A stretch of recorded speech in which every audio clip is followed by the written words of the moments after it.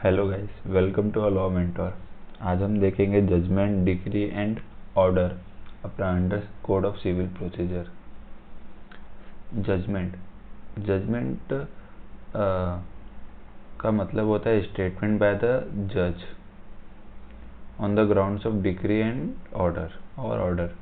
यहाँ हमारे सीपीसी में सेक्शन 2 क्लॉज 9 में डिफाइन किया गया है और ऑर्डर 20 में एलोबरेट किया गया है कि जजमेंट में क्या क्या पॉइंट्स होने चाहिए। इसको हम अच्छे से समझते हैं। जजमेंट फाइनल डिसीजन होता है। जब जज अपना फाइनल डिसीजन देगा, पूरा मैटर जब खत्म होता है, लास्ट स्टेज अपना जजमेंट रहता है। पूरा केस का क्या इशू है वो एक्सप्लेनेशन करेगा जज के अंदर, और वो जो जजमेंट जिस फेवर में दे रहा है, डिफेंडेंट या प्लेंटिफ, उसका रीजनिंग देगा, वो उसके रीज़न देगा, वो क्यों वो ये ऑर्डर दे रहा है, पॉइंट आउट करेगा, सारे पॉइंट्स लिखेगा। समझ लिएगा साइटेशन इसके अंदर ऐड किया गया है, मतलब केस लॉ दिया गया है बाय बोथ पार्टीज, तो वो केस लॉस के बारे में वो रीज़न देंगे कि उन्होंने कौन सा केस लॉ एडमिट किया है और किस बेस पे वो जजमेंट पास कर रहे हैं। मतलब केस के क्या पॉइंट्स हैं जो उन्होंने इशू नोटिस किया है, और क्या बाय लॉ कौन से किसके फेवर में जाएगा, ये वो सारे रीज़न इनको अच्छे से लिखने पड़ेंगे। बाय एविडेंस ऑल थिंग्स इनको एक्सप्लेन करना पड़ेगा जज को, मतलब A to Z कि पूरा मतलब रीज़न के साथ उस पर सारे रीज़न उनको देने पड़ेंगे। एग्जाम्पल में समझिए, जजमेंट प्रॉपर्टी, अगर दो भाइयों में, दो पार्टी में प्रॉपर्टी डिवाइड कर रहे हैं, तो किस बेस पे वो प्रॉपर्टी डिवाइड किया जा रहा है, तो उसका एक्सप्लेनेशन चाहिए रहता है। जैसे हम सब किसी को एक्सप्लेनेशन देना रहेगा ना, कि आप उसको एक्सप्लेन करिए कि आपने यहाँ ये डिसीजन क्यों लिया, तो वो एक्सप्लेनेशन जज वहाँ पर देता है। किस बेस पे, किस केस लॉ पे अगर है, तो वो एक्सप्लेन करेगा जज उसके अंदर। उसके बाद हम देखते हैं decree. Decree is a formal expression. ये सेक्शन 2 क्लॉज 2 में डिफाइन किया गया है सीपीसी में। सिंपल डिक्री जजमेंट के बाद होता है, ये अलग से बनता है। डिक्री ना फाइनल मतलब एक 1 पेज का रहेगा। मैं ट्राई करूँगा उसका एक फॉर्मेट मैं डिस्क्रिप्शन में ऐड कर दूँ, तो आपको समझेगा कि डिक्री कैसा होता है। सिंगल एक पेज का रहेगा, उसके अंदर फाइनल जजमेंट किसके लिए गया है उसमें वो रिजल्ट लिखा रहेगा।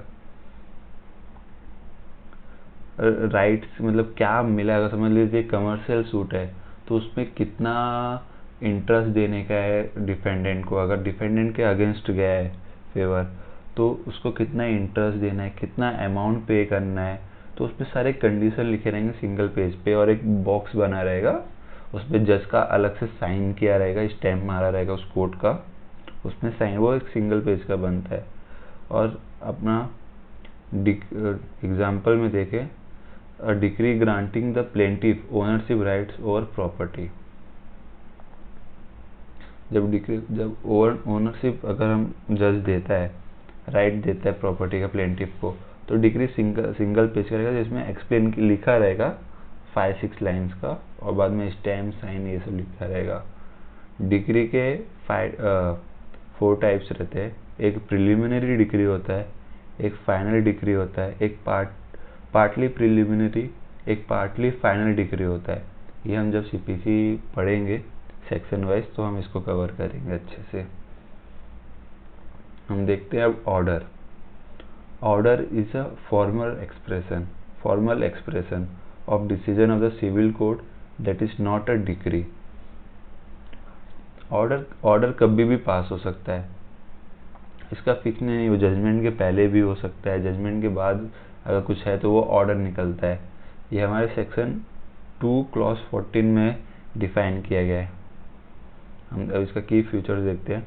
Does not conclusively determine the rights of the party, may or may not follow a judgment. Order अलग ना वो जजमेंट से रिलेटेड रहे ये फिक्स नहीं है, वो कुछ अलग पॉइंट पे भी ऑर्डर जज पास कर सकता है, वो केस के बीच में भी ऑर्डर पास कर सकता है। समझ लीजिए एग्जाम्पल में देखेंगे तो समझ लीजिए एक एडवोकेट ने, मतलब डिफेंडेंट या प्लेंटिफ ने एक एप्लीकेशन दी है, तो उसके अगेंस्ट ऑर्डर पास हो सकता है, उसके फेवर में या जो भी। समझ लीजिए अगर किसी चीज़ में डिले हुआ है डिफेंडेंट के साइड से, तो एडवोकेट या आप एक डिले कंडोनेशन का एप्लीकेशन फाइल करेंगे कोर्ट के अंदर, तो उसके ऊपर आर्ग्यूमेंट होगा, या अगर जज उसको कंसीडर करता है तो उस पर ऑर्डर पास होता है। तो उस पर क्या बेस है, क्या रीज़न है, वो उस पर जज तब ऑर्डर पास करेगा। ये एग्जांपल है। डील विद द प्रोसीजर और interlocutory matter in the suit. Example, order granting temporary injunction during the trial. समझ स्टे मिलता है, अगर कोर्ट स्टे दे रही, जब तक ये समझ ले हाई कोर्ट है, हाई कोर्ट स्टे कर रहा है, जब तक हाई कोर्ट का मैटर चल रहा है तब तक से जो सिविल कोर्ट में मैटर चल रहा है हमारा, वो स्टे रहेगा।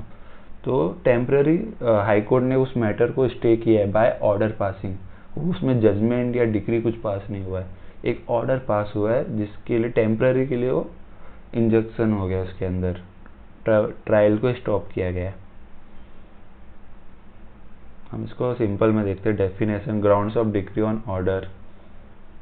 जजमेंट डिक्री का एक ग्राउंड रहता है, डिक्री के पहले जजमेंट जज उसमें एक्सप्लेनेशन करेगा जजमेंट के अंदर कि किस बेस पे वो डिक्री पास हो रही, मतलब क्या क्या पॉइंट्स है, क्या इशू थे, उसमें रीजन के साथ पूरा लिखा रहेगा।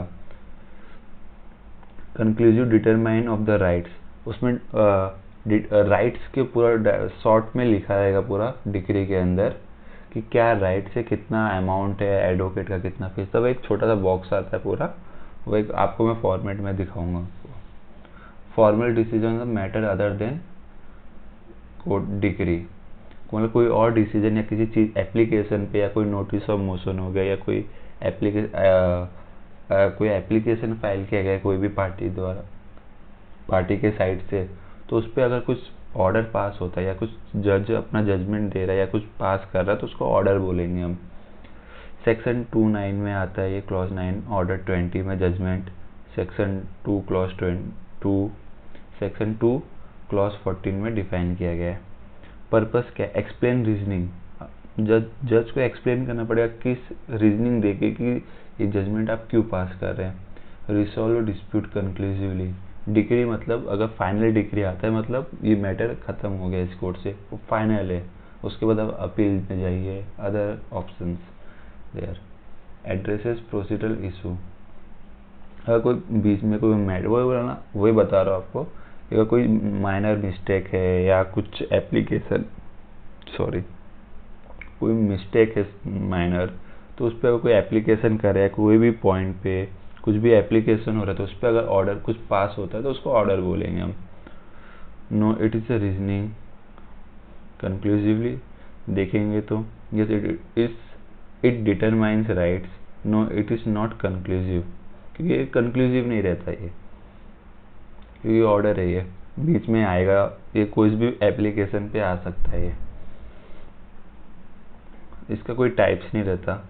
डिक्री के 3 टाइप्स हैं जैसे बताया आपको, और ऑर्डर इंटेलेक्चुअल और फाइनल ऑर्डर होता है। 2 ऑर्डर होते हैं, एक फाइनल ऑर्डर भी होता है जो मतलब डायरेक्ट फाइनल डिक्री जैसे रहेगा। एग्जाम्पल में देखें, reasoning of deciding a suit, जब कोई सूट डिसाइड हो रहा है तो उसमें रीजनिंग देना। A ownership rights in granted, temporary injunction granted, जैसा मैंने आपको बताया था।